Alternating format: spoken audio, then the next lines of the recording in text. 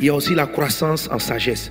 Donc Jésus-Christ croissait en sagesse. Et il est dit, Proverbe chapitre 14, verset 1, la femme sage bâtit sa maison et la femme insensée la renverse de ses propres mains. Alors la sagesse est indispensable. L'homme doit être sage, la femme doit être sage. La femme doit être sage. La sagesse, c'est la capacité simplement à résoudre des problèmes. Jésus-Christ grandissait en sagesse. Ça veut dire que plus il avançait, plus il savait regarder les choses, réfléchir et y apporter des solutions. Quelqu'un qui ne grandit pas en sagesse, c'est quelqu'un qui reste enfant en sagesse. Vous voyez nos enfants, ne cherchent pas à résoudre les problèmes. Ils veulent qu'on leur donne. Je veux la voiture, je veux un jouet, maman, donne-moi. Je veux ceci, papa, donne-moi. Maman, donne. Plus on grandit, on commence à réfléchir à quels sont les moyens par lesquels on acquiert ce que nous sommes en train de demander. Donc, une personne qui est immature dans la sagesse, elle n'aime pas résoudre les problèmes. Or, la sagesse, c'est cela. Alléluia. Tu dois croître en sagesse. Et Dieu va te regarder, va dire, il est bien que tu te maries. Il est mieux même que tu sois marié maintenant. Amen. Alors, pour croître en sagesse, il faut réfléchir. Il faut même prendre le temps d'analyser les choses et puis de les amener devant Dieu, de poser des questions à Dieu. Il faut être curieux. Pour grandir en sagesse, il faut être curieux. La Bible dit, celui qui réfléchit sur les choses trouve le bonheur. Et celui qui se confie en l'Éternel est heureux.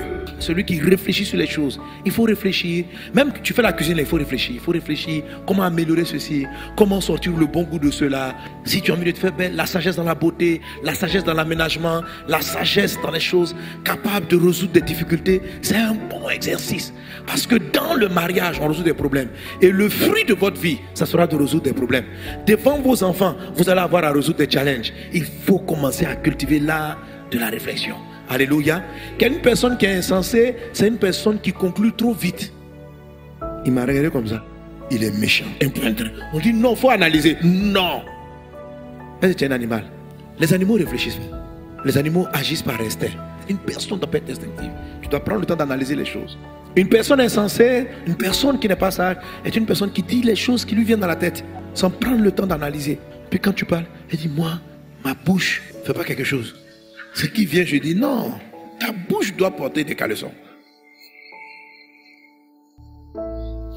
Ta bouche doit être pudique, ta bouche doit être mesurée. Colossiens chapitre 4, verset 6. Que votre parole soit toujours accompagnée de grâce et assaisonnée de sel, afin que vous sachiez comment il faut répondre à chacun, pas à tout le monde. C'est-à-dire, la manière dont tu parles varie d'une personne à une autre. C'est-à-dire, tu regardes quel est son tempérament. Tu réfléchis à la vie, tu réfléchis aux gens, tu réfléchis comment les personnes sont. Parce que vous allez voir, vous avez 5 enfants, c'est 5 caractères différents.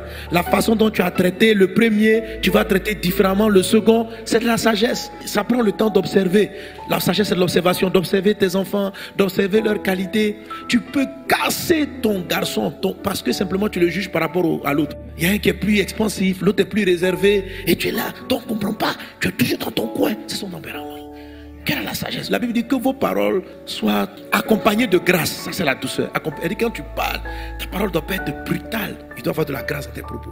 Accompagné de grâce, accompagné de douceur. Il faut arrondir les angles quand on parle. Il faut cultiver ça, l'art d'arrondir. Il faut trouver la sagesse. Il faut trouver la sagesse de savoir t'exprimer à ta femme. Parce qu'il y a des paroles qui détruisent. Par manque de sagesse. Il y a des paroles qui détruisent. Tu es blessé. Je savais que ce foyer n'irait nulle part si j'avais écouté. Oh, tu sais que tu vas rester, mais tes paroles là sont en train de casser ta maison. Est-ce que tu es obligé de dire ça? Il faut les contrôler, il faut mettre le sel. Tu vois comment le sel? C'est dosé. Est-ce que cette phrase-là a un sens? Est-ce que si je dis ça, je suis prêt à l'assumer jusqu'au bout? Non. Et puis tu freines, et puis tu arrondis. Pendant ce temps, ton cœur est en train de bouillir. Tu veux lui dire 4 mots, mais tu mets le caleçon. Ok? Tu attends, tu contrôles. Je vais passer par tel chemin et je vais lui dire ça comme ça. Une femme qui est ça, comme ça, elle bâtit sa maison. Un mari, un papa qui est comme ça. La Bible dit, amen. Marie aimait vos femmes comme Christ aimait l'église. Amen. Et qui l'entretient par la parole, qui la lave. Il sait parler à sa femme. Il sait l'encourager, il sait la motiver. Tout ça, c'est la sagesse. La femme sage bâtit sa maison, mais l'homme sage aussi bâtit sa maison. Il bâtit sa femme. Il bâtit ses enfants. Il leur amène à avoir confiance en eux. C'est la sagesse qui bâtit une famille. C'est par la sagesse que votre couple va réussir. La sagesse. Il faut être sage. Il faut grandir en sagesse. Amen. Alors si tu vois que tu parles n'importe comment avant ton mariage, il faut savoir que Dieu dit que tu n'es pas prêt. Si tu es toujours dans les palabres et puis tu insultes les gens, vous voyez les filles qui parlent dans la rue, là. Dieu les regarde, Dieu ne veut pas les marier. Elles sont dangereuses. Si tu ne fais pas attention, tu peux être vieille et puis Dieu ne va pas te marier. À cause de ton langage. Donc pendant que tu prends de l'âge et que tu dis, Seigneur, je suis fatigué du célibat, viens devant Dieu. Dis, que penses-tu de ma manière de parler? Il va te dire, j'ai pas envie d'exposer un de mes fils à tes propos. Tu vas dire, ma bouche a fait quoi? Il dit, ma fille, moi-même je t'écoute, je suis fatigué. Donc, lequel de mes bons fils je vais te donner? Mais tu parles trop bizarrement. Il dit, si tu veux, là je te donne un gars aussi, vous parlez mal, vous deux, puis vous allez vous en sortir. Mais sinon, un frère qui s'est consacré, qui est un gars bien, comment tu veux que je l'expose à ta manière de parler? C'est comme si je l'ai puni. Ça dit, fais en sorte que Dieu ne trouve pas que c'est une punition qu'il donne à quelqu'un de t'épouser. C'est-à-dire que Dieu soit fier. Alléluia. Alors pourquoi Dieu dit que c'est le père qui marie? Parce que c'est lui qui t'a observé. C'est lui qui sait si tous ces éléments-là sont validés. C'est pas toi. Tu ne peux pas les juger de toi-même. Que Dieu nous aide. Amen.